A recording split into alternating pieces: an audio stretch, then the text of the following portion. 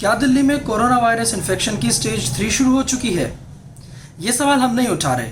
ये सवाल उठा रहे हैं दिल्ली में हर रोज हजारों की संख्या में बढ़ते कोरोना मरीज और दिल्ली सरकार की गोलमोल बातें। नमस्कार, मैं रजत शर्मा और आप देख रहे हैं यूथ लुक। पिछले कई दिनों के दिल्ली के मुख्यमंत्री, उप मुख्यमंत्री और स्वास्थ्य मंत्री के बयान इस ओर इशारा कर रहे हैं कि दिल्ली अब गंभीर खतरे में है। सरकार अपनी परियोजनाएं बदल रही है। साथ ही एसडीएमए से लेकर डीडीएमए तक में दिल्ली में कम्युनिटी स्प्रेड को लेकर के बैठकें चल रही हैं। जी हां, एपिडेमोलॉजी में कम्युनिटी स्प्रेड को ही स्टेज 3 कहा जाता है। कम्युनिटी स्प्रेड यानी वो स्थिति जब सोर्स ऑफ इन्फेक्शन यानी इन्फेक्शन के स्रोत का पता नहीं लगाया जा सकता। दिल्ली के स्वास्थ्य मंत्री सत्येंद्र जैन खुद ये बात कह चुके हैं कि दिल्ली में लगभग आधे यानी 50% केसेस में सोर्स ऑफ इन्फेक्शन का पता नहीं लगाया जा पा रहा। कम्युनिटी स्प्रेड किसे कहते हैं? जब आपको कुछ लोग ऐसे मिलने स्टार्ट हो जाएं जिनका सोर्स ना पता लग रहा हो। अब कुछ नहीं है, ऐसे बहुत सारे लोग हैं जिनका सोर्स नहीं पता लग रहा कि उसको ये बीमारी कहाँ से मिली है। मैंने तो आपको बता दिया कि एपिडेमियोलॉजी के अंदर 4 स्टेजेस होती हैं। 3rd स्टेज होती है कम्युनिटी स्प्रेड। कम्युनिटी स्प्रेड तब कहा जाता है जब उस आदमी को इन्फेक्शन कहाँ से मिला है उसको नहीं पता होता। और ऐसा एक केस नहीं है, ऐसे बहुत सारे केस हैं। लगभग आधे केस ऐसे आ रहे हैं जिनको नहीं पता लगता कि उसको ये इन्फेक्शन कहाँ से हुआ है। वो बार बार कम्युनिटी स्प्रेड की बात तो कर रहे हैं, लेकिन ये कहकर इस पर कोई कंफर्मेशन नहीं दे रहे कि कम्युनिटी स्प्रेड एक टेक्निकल टर्म है और केवल केंद्र सरकार ही इस पर स्टेटमेंट दे सकती है। तो दिल्ली के अंदर अब हम टेक्निकलिटी में ना जाएं। और कल एम्स के डायरेक्टर ने खुद कहा था कि दिल्ली के कंटेनमेंट जोन्स में कम्युनिटी स्प्रेड है, परंतु क्योंकि टेक्निकल इशू है और इसके बारे में फैसला केंद्र सरकार ही कर सकती है। वही बता सकते हैं कि कम्युनिटी स्प्रेड है या नहीं। हम तो कैसे स्प्रेड है, हम तो ये कह सकते हैं भाई स्प्रेड है, दिल्ली में बढ़ रहा है, बहुत तेज़ी से बढ़ रहा है। अब उसका वर्ड जो कम्युनिटी स्प्रेड वर्ड यूज़ करने की अधिकार तो केंद्र सरकार के पास है। आपने सुना कि मंत्री जी इतना तो मानते हैं कि ये वायरस दिल्ली में बहुत तेजी से बढ़ रहा है। अब ये कितनी तेजी से बढ़ रहा है, इस पर दिल्ली के उप मुख्यमंत्री मनीष सिसोदिया ने अपना एक एनालिसिस पेश किया। आइए वो भी सुन लेते हैं। एसडीएमए की मीटिंग में इस बात पे चर्चा हुई कि दिल्ली में जो कोरोना के केसेस बढ़ रहे हैं उनका स्टेटस क्या है, किस गति से बढ़ रहे हैं। लगभग 12-13 दिन में दिल्ली में कोरोना के केसेस डबल हो जा रहे हैं। अभी जो डेटा प्रेजेंट किया गया उसमें ये बताया गया कि 30 जून तक दिल्ली में 15,000 बेड्स की आवश्यकता होगी। 15 जुलाई तक 33,000 बेड्स की आवश्यकता होगी और 31 जुलाई तक 80,000 बेड्स की आवश्यकता होगी कोरोना के मरीजों के लिए। और मामले कितने तक हो सकते हैं? 15 जून तक 44,000 केसेस होंगे और करीब 6,600 बेड्स की आवश्यकता होगी।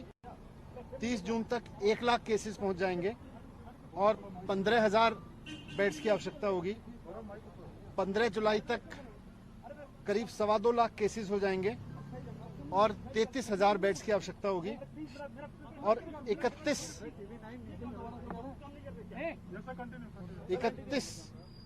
जुलाई तक करीब 5.5 लाख केस पहुंच जाएंगे दिल्ली में और उसके लिए करीब 80,000 बेड्स की आवश्यकता होगी।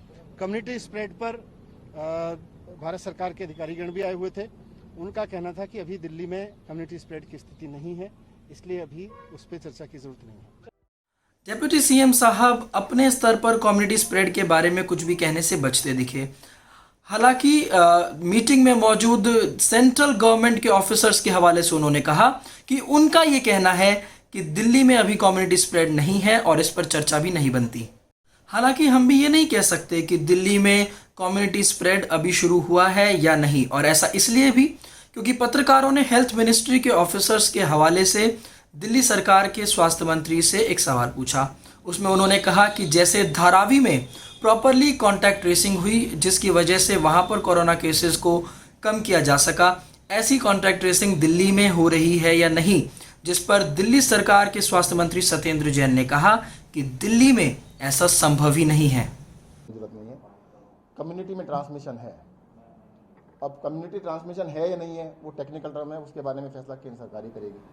सर उनका कहना है कि आप कांटेक्ट ट्रेसिंग प्रॉपर्ली नहीं कर रहे हैं उन्होंने धारावी का एग्जाम्पल दिया कि वहाँ कॉन्टैक्ट ट्रेसिंग हुई तो चीज़ें सुधरी हैं। दिल्ली में कॉन्टैक्ट ट्रेसिंग 11 में से 9 ऐसे जगह हैं जहाँ पे थोड़ी अच्छे तरीके से देखिएगा, शुरू में जब केस एक होता था या दो होता थे, एक केस के ऊपर 600 लोगों तक की कॉन्टैक्ट ट्रेसिंग की गई।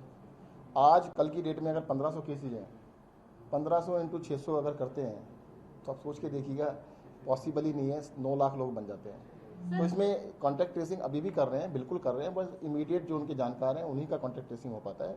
9 लाख लोगों की कॉन्टैक्ट ट्रेसिंग एक दिन में नहीं हो सकती। पूरी दिल्ली तो 3 दिन में खत्म हो जाएगी, दिल्ली में बचेगा नहीं, हर आदमी कॉन्टैक्ट है फिर तो। अस्पतालों की हालत को लेकर तो दिल्ली शुरू से ही सुर्खियों में है। मौत के आंकड़े छुपाने को लेकर भी विपक्ष अब दिल्ली सरकार को घेरता जा रहा है। लेकिन सबसे बड़ी बात यह कि कॉन्टैक्ट ट्रेसिंग को लेकर दिल्ली के स्वास्थ्य मंत्री का यह बयान खुद दिल्ली के मुख्यमंत्री के कोरोना से लड़ने के लिए दिए गए 5T फॉर्मूले को कॉन्ट्राडिक्ट करता है। आपको याद दिला दे, दिल्ली के मुख्यमंत्री अरविंद केजरीवाल ने कोरोना से लड़ने के लिए 5T फॉर्मूला दिया था, जिसमें testing, tracing, treatment, team work, tracking and monitoring 5 T's बताए गए थे, जिनके सहारे दिल्ली सरकार कोरोना से लड़ाई लड़ने के लिए प्लानिंग कर रही थी। फिलहाल भारत सरकार की तरफ से ICMR ने स्पष्ट कर दिया है कि भारत में कहीं भी अभी कम्युनिटी स्प्रेड शुरू नहीं हुआ है। लेकिन कम्युनिटी स्प्रेड है या नहीं है, दिल्ली में कोरोना वायरस के मरीजों की संख्या एक्सपोनेंशियली बढ़ रही है।